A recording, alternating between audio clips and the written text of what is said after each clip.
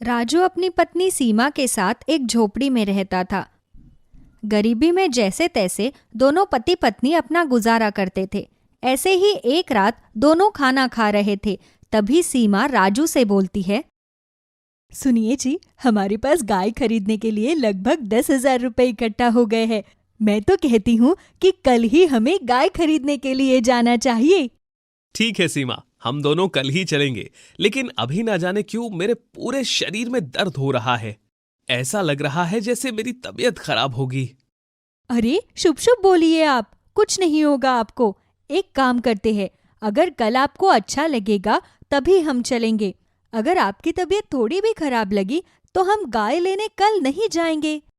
अच्छा ठीक है सीमा, अभी मैं सोने जा रहा हूँ। मुझे कुछ भी ठीक नहीं लग रहा, थोड़ी तबीयत सी खराब लग रही है।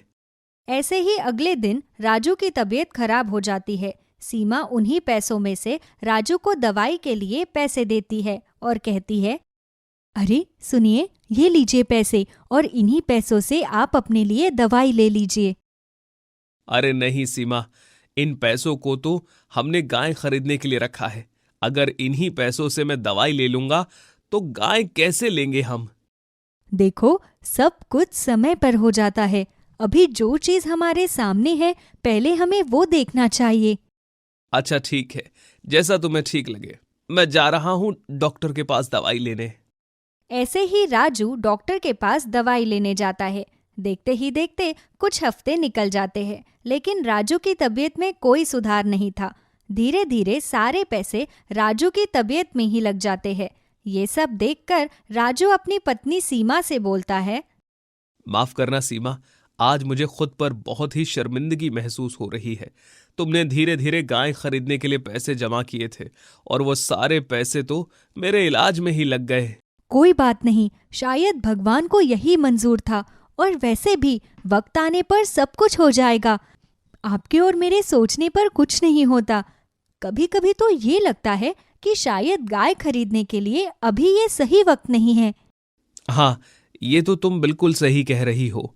समय पर सब कुछ हो जाता है। धीरे धीरे राजू की तबीयत ठीक होने लगती है। अब राजू फिर से मजदूरी का काम करके पैसा जमा करना शुरू कर देता है। दोनों पति पत्नी मिलकर गाय खरीदने के लिए पैसा जमा कर लेते हैं। सुनिए, अब हम कल ही जाएंगे गाय खरीदने के लिए, क्योंकि महंगाई को देखते हुए हमें अपने जीवन यापन के लिए कुछ और सोचना पड़ेगा। आज के जमाने में मजदूरी करके कुछ भी नहीं होगा। तुम बिल्कुल सही कह रही हो सीमा। चलो कल सुबह तैयार हो जाना, कल हमें अपने घर एक लक्ष्मी लेकर आनी है। ऐसे ही कुछ दिनों बाद दोनों पति पत्नी साथ में गाय खरीदने के लिए एक व्यापारी के पास जाते हैं। भाई साहब, ये गाय आपने कितने की दी है? अरे ये गाय पूरे 25,000 की है। बहुत ही स्वस्थ गाय है। इसका दूध बड़ा ही लाजवाब है। अरे रोज कम से कम 5 लीटर दूध देती है, और तो और रोज बढ़िया गोबर देती है। दूध बेचने के साथ साथ बढ़िया बढ़िया उपले बना सकते हो तुम।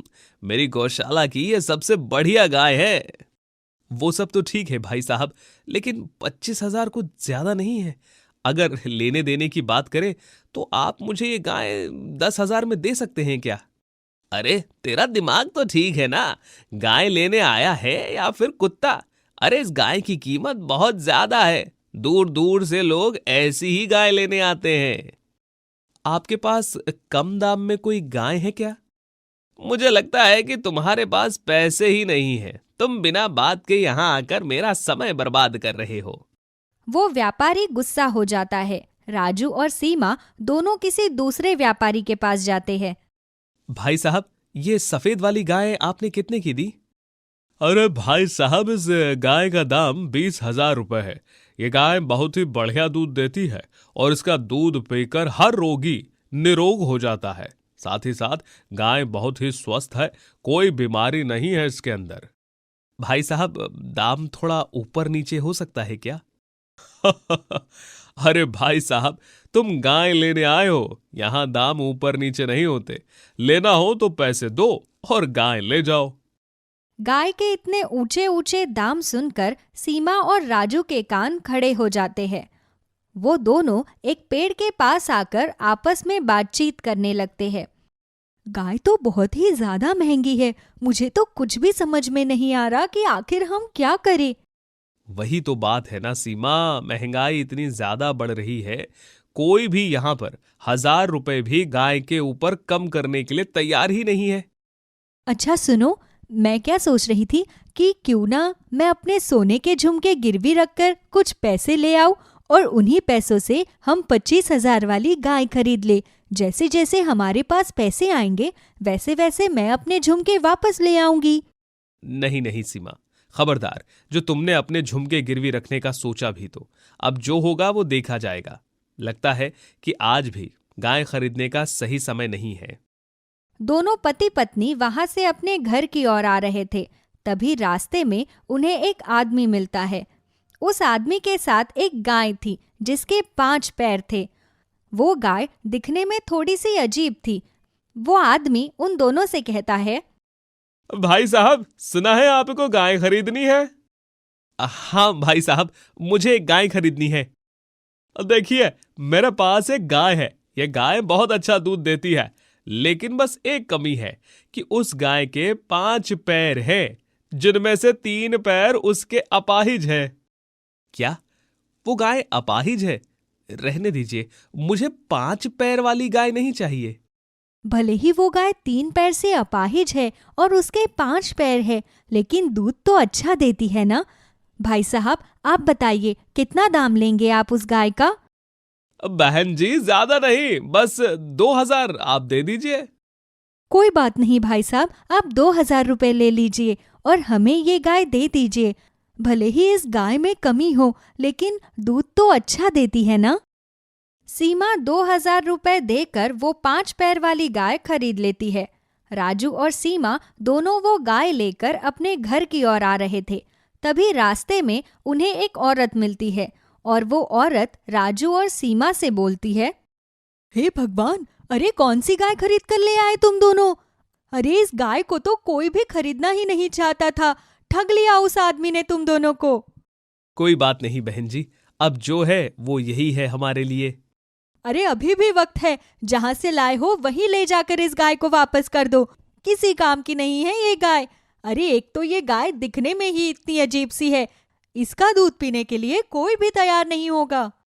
बहन जी, आपका बहुत बहुत शुक्रिया, लेकिन अब हम इसी गाय को अपने घर में रखेंगे और अब से ये गाय हमारे लिए लक्ष्मी है, लक्ष्मी। तो आइंदा आप दोबारा कभी इसके बारे में कुछ भी उल्टा सीधा मत बोलिएगा। लोगों की बातें सुनकर राजू और सीमा दोनों को गुस्सा आ जाता है, लेकिन वो दोनों फिर भी उस 5 पैर वाली गाय को लेकर अपने घर आ जाते हैं। घर आने के बाद वो गाय बहुत सारा गोबर कर देती है और उसके गोबर से बहुत ही गंदी बदबू आ रही होती है। सीमा और राजू दोनों किसी तरह से वो गोबर साफ करते हैं। उन दोनों को आसपास के लोग देखकर बहुत ही जोर जोर से हंस रहे थे। अरे वाह, क्या दिन आ गए हैं राजू और सीमा के। अरे इस अपाहिज 5 पैर वाले गाय का गोबर उठा रहे हैं। इस गाय के गोबर की बदबू से तो जीता जागता इंसान मर जाए। ना जाने ये दोनों कैसे इसकी गंदगी साफ कर रहे हैं। अरे दोनों पति पत्नी गरीब है ना। अरे 20 से 25,000 की महंगी गाय नहीं खरीद सकते ये दोनों, तभी तो इन्हें ये अजीब सी 5 पैर वाली गाय मिली है। कहते हैं ना, जितना चीनी डालोगे उतनी ही मीठी खीर मिलेगी तुम्हें। ऐसे ही रात को दोनों पति पत्नी खाना खा रहे थे। तभी अचानक से उनकी 5 पैर वाली गाय जोर जोर से चिल्लाने लगती है। सीमा भागते हुए गाय के पास आती है। क्या हो गया है तुम्हें? तुम क्यों इतना चिल्ला रही हो? इतना बोलकर सीमा उस गाय के पीठ पर हाथ रखकर सहलाने लगती है। क्या हो गया है तुम्हें? भूख लग रही है क्या? कोई बात नहीं, जिसको तुम्हारा मजाक बनाना है बनाने दो, लेकिन हमें उससे जरा भी फर्क नहीं पड़ता। अब तुम हमारे घर की लक्ष्मी हो, हम दोनों हमेशा तुम्हारी सेवा करेंगी। तभी वहां राजू आ जाता है। राजू भी बड़े प्यार से अपनी गाय के पीठ पर हाथ रखकर सहलाने लगता है। थोड़ी ही देर बाद वो 5 पैर वाली गाय गोबर देने लगती है और वो गोबर सोने का था। सोने का गोबर देखकर राजू और सीमा हैरान हो जाते हैं। अरे सीमा, ये क्या? ये तो किसी चमत्कार से कम नहीं है। ये गाय सोने का गोबर दे रही है। कहीं ऐसा तो नहीं है कि ये गाय कोई चमत्कारी गाय हो? वही तो, मुझे भी समझ में नहीं आ रहा कि आखिरकार ये सब क्या है। इस गाय को लोग खरीदने से कतरा रहे थे और ये गाय तो सोने का गोबर दे रही है। दोनों पति पत्नी बहुत ही ज्यादा परेशान हो जाते हैं। तभी वो गाय राजू और सीमा से बोलती है, तुम दोनों घबराओ नहीं, मैं एक जादुई 5 पैर वाली गाय हूँ। मेरी कमी को देखकर कोई भी मुझे खरीदने के लिए तैयार नहीं था, और जिसने मुझे गलती से खरीद भी लिया तो वो मुझे वापस भगा देते थे। लेकिन तुम दोनों ने मुझे मेरी कमियों के साथ स्वीकारा, साथ ही मेरी सच्चे दिल से सेवा की तुम दोनों ने। अब से मैं हमेशा तुम्हारी मदद करूंगी। तुम दोनों बहुत नेक दिल इंसान हो। तुम्हारा बहुत बहुत धन्यवाद जादुई गाय। हम दोनों पति पत्नी बहुत परेशान थे। धीरे धीरे दोनों पति पत्नी जादुई 5 पैर वाली गाय की मदद से एक बड़ा ही सुंदर सा घर बनवा लेते हैं। उनका घर पूरे गांव में सबसे सुंदर और सबसे बड़ा था। उनकी ये तरक्की देखकर गांव के सभी लोग हैरान थे। क्या बात है, जब से ये गाय इनके जीवन में आई है तब से तो इनकी काया ही पलट गई। अरे जिस गाय को लोग खरीदने से कतराते थे, उस गाय के आने के बाद राजू और सीमा ने तो अपने लिए महल बनवा लिया, महल। सच में ये गाय बहुत ही भाग्यशाली है उनके लिए। धीरे धीरे सीमा और राजू बहुत अमीर हो जाते हैं और वो दोनों अपने लिए एक नहीं, 2 नहीं बल्कि 6-7 अलग अलग गाय खरीद लेते हैं और उन गाय का दूध दूर दूर तक बेचना शुरू कर देते हैं। तो वहीं दूसरी तरफ वो दोनों अपनी जादुई 5 पैर वाली गाय के लिए एक अलग से बड़ा ही सुंदर गौशाला बनवाते हैं और उस गौशाला में अपनी 5 पैर वाली गाय को रखते हैं। मोहन के पास उसकी एक गाय थी। वो उसी गाय के भरोसे अपना जीवन जीता था। गाय का दूध बेचकर वो अपने परिवार का गुजारा करता था। लेकिन फिर भी मोहन और उसकी पत्नी आरती दोनों अपनी गरीबी से बहुत दुखी थे। मोहन अपनी गरीबी को हमेशा हमेशा के लिए खत्म करना चाहता था। वो अब 21 दिन का उपवास रखकर भगवान शिव की तपस्या में लग गया था। वो अपने घर से दूर एक जंगल में शिव जी की तपस्या कर रहा था, तो वही उसकी पत्नी जैसे तैसे पति के बिना अपना गुजारा कर रही थी। ना जाने मेरा नालायक पति आखिर कौन सी तपस्या में लग गया है। अरे तपस्या करने से इंसान का पेट भरता है क्या? खुद तो जंगल में जाकर तपस्या कर रहा है और एक मैं हूँ कि यहाँ अकेले जैसे तैसे अपना गुजारा कर रही हूँ और उस बेशर्म को मेरी जरा भी परवाह नहीं है। ना जाने कौन से बुरे कर्म किए थे मैंने जो मुझे ऐसा नालायक बददिमाग पति मिला है। आखिरकार मोहन की तपस्या रंग लाती है। भगवान शिव जी मोहन के सामने प्रकट होते हैं और उससे बोलते हैं, मोहन, उठो मोहन, मैं तुम्हारी तपस्या से प्रसन्न हूं। बताओ मैं तुम्हारी कौन सी इच्छा पूरी कर सकता हूं। भगवान जी, आप साक्षात मेरे सामने प्रकट हुए। मेरी मेहनत सफल हो गई भगवान जी। आपको देखकर मेरा जीवन वैसे ही सफल हो गया। मुझे कुछ समझ में नहीं आ रहा कि मैं क्या बोलूं। आपको देखकर मेरे दिमाग ने काम करना बंद कर दिया है भगवान जी। धैर्य से काम लो बच्चे, अपने दिमाग पर जोर डालो और सोचो आखिर तुमने ये सब क्यों किया है। आखिर कौन सी इच्छा तुम पूरी करवाना चाहते हो मुझसे। भगवान जी, खुशी के मारे तो मुझे कुछ भी समझ में नहीं आ रहा। मैं क्या बोलूं। कोई बात नहीं मोहन, तुम थोड़ा सा समय लो और सोचो आखिर तुम्हें अपने जीवन में क्या चाहिए। और एक बात का हमेशा ख्याल रखना, जो भी मांगना सोच समझ कर मांगना। शिवजी के इतना बोलते ही मोहन बहुत ही असमंजस में फंस जाता है। उसे कुछ भी समझ नहीं आ रहा था कि वो शिवजी से अपनी कौन सी इच्छा पूरी करवाए। तभी आरती अपनी गाय लेकर मोहन के पास आ रही थी।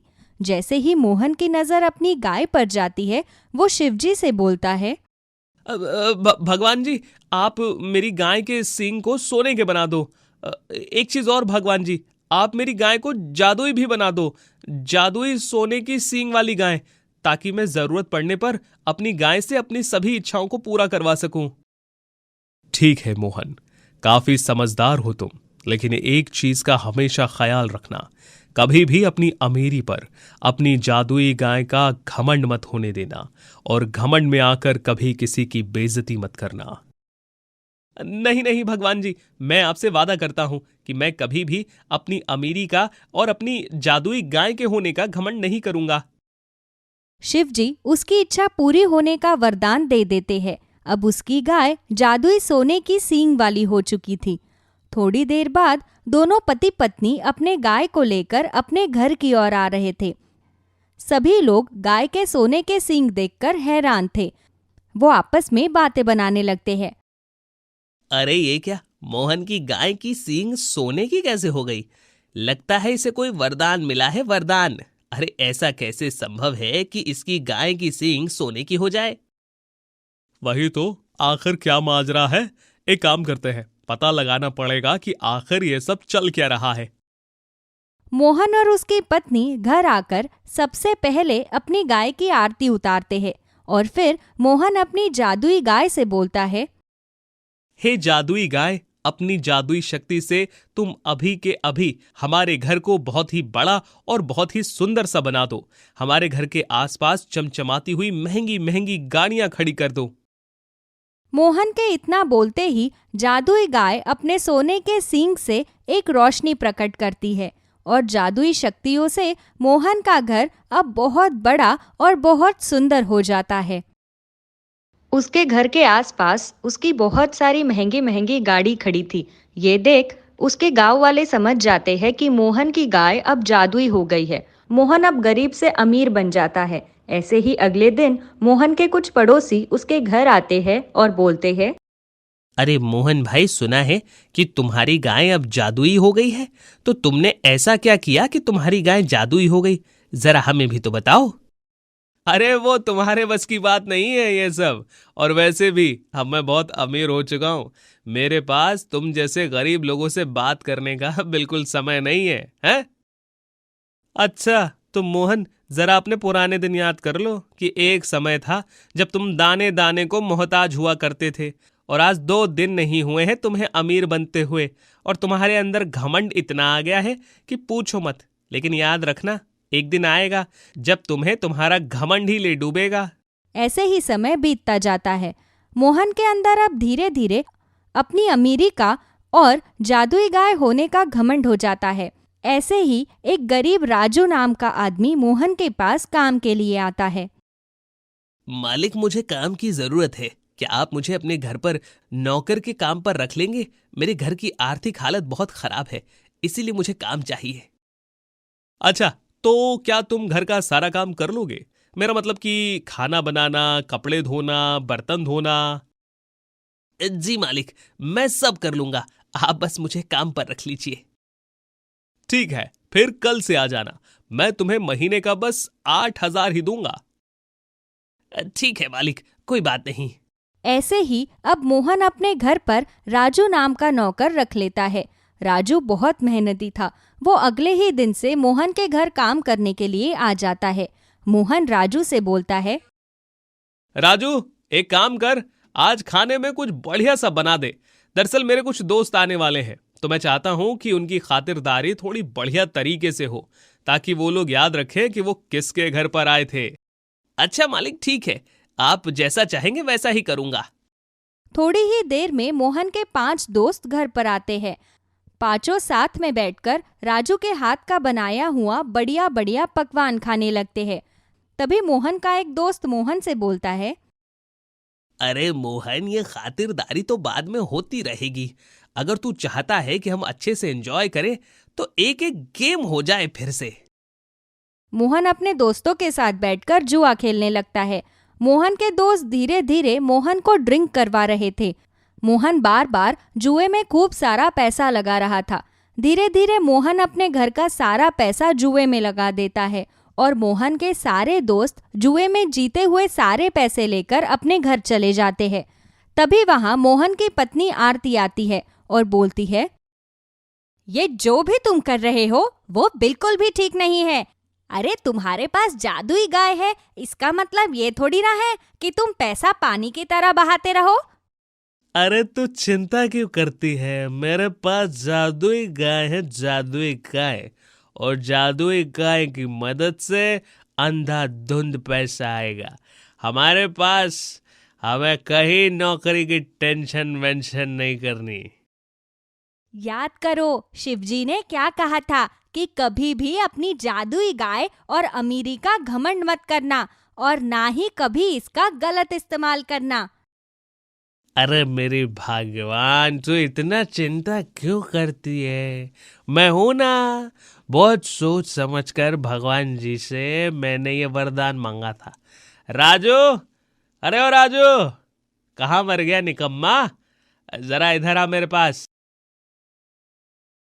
जी मालिक। तू अपने घर जा, कल से तुझे यहाँ आने की जरूरत नहीं। मैं अपने लिए एक नया नौकर रखूंगा। तेरे हाथ के बने हुए खाने में जरा भी स्वाद नहीं था। मेरे सारे दोस्त मेरा मजाक बना रहे थे। नहीं नहीं मालिक, आपको कोई गलतफहमी हुई होगी। आप एक बार खाना खाकर तो देखिए मालिक।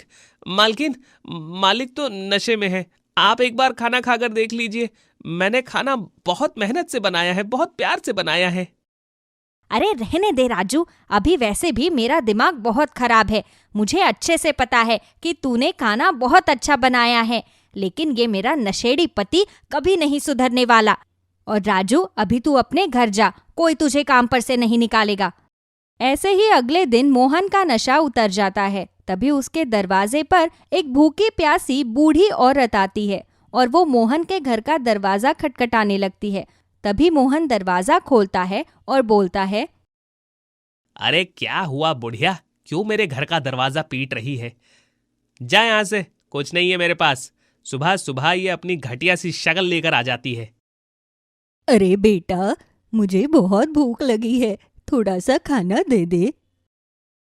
तो बुढ़िया चुपचाप जा यहाँ से।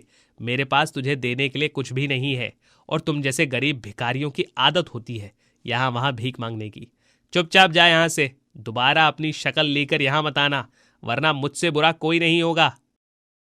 तभी वहां आरती खाना लेकर आती है और उस बूढ़ी औरत को देती है। लेकिन तभी मोहन वो खाना आरती से छीन लेता है और बोलता है, आरती, ये मत बोलो कि ये खाना सिर्फ और सिर्फ मेरी तपस्या के कारण ही आ रहा है। अगर मैं 21 दिन का उपवास ना रखता तो शिवजी मुझसे प्रसन्न ना होते और ना वो मुझे जादुई सोने की सींग वाली गाय का वरदान देते। अरे नालायक आदमी, किसी भूखे का पेट भरना ही सबसे बड़ा पुण्य का काम होता है। अब हम अपने दरवाजे से इन अम्मा को भूखे प्यासे तो नहीं भेज सकते ना। ए बुढ़िया, चल निकल यहाँ से। और आरती, तुम खबरदार, अगर तुमने मुझसे बिना पूछे कोई भी काम किया तो मैं तुम्हें तुम्हारे मायके भेज दूंगा। मोहन के अंदर अब अपनी अमीरी और बहुत सारा पैसे का घमंड आ चुका था। तभी वो बूढ़ी औरत शिवजी का रूप ले लेती है। शिवजी को देखकर मोहन घबरा जाता है और शिवजी मोहन से कहते हैं, मोहन, मैं तो यहाँ तुम्हारी परीक्षा लेने आया था और तुम अपने घमंड में इतना चूर हो गए कि तुमने सामने वाले का दर्द देखा ही नहीं। मैंने तुमसे कहा था कि तुम कभी भी अपनी अमीरी, अपने पैसे, अपनी जादुई सोने की सींग वाली गाय का घमंड मत करना, लेकिन तुमने घमंड करके अपना सब कुछ बर्बाद कर दिया। इसीलिए मैं तुमसे तुम्हारा सब कुछ हमेशा हमेशा के लिए वापस लेता हूं। हे प्रभु, मुझे माफ कर दीजिए। मैं एक नादान बालक हूं, जाने अनजाने में मुझसे भूल हो गई। मुझे एक और मौका दे दीजिए। मैं वादा करता हूं कि मैं दोबारा फिर से वही गलती नहीं करूंगा। शिवजी तुरंत वहां से गायब हो जाते हैं। शिवजी के गायब होते ही मोहन फिर से पहले की तरह गरीब हो जाता है।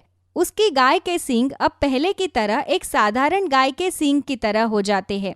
ये देखकर मोहन बहुत बुरी तरह से रोने लगता है। तभी उसकी पत्नी उससे बोलती है, ए जी, ये जो कुछ भी हुआ है ना, सिर्फ तुम्हारी वजह से ही हुआ है। तुम्हारे पास सब कुछ था और तुमने वो सब कुछ अपने घमंड के कारण ही गवा दिया है। आरती, मुझसे बहुत बड़ी भूल हो गई। जो कुछ हुआ है सिर्फ और सिर्फ मेरी वजह से ही हुआ है। मुझे कहीं ना कहीं अपने अमीर होने का घमंड हो चुका था। मोहन को अपने किए पर बहुत पछतावा हो रहा था। तो वहीं दूसरी तरफ गांव के सभी लोग अब मोहन का मजाक बनाने लगते हैं।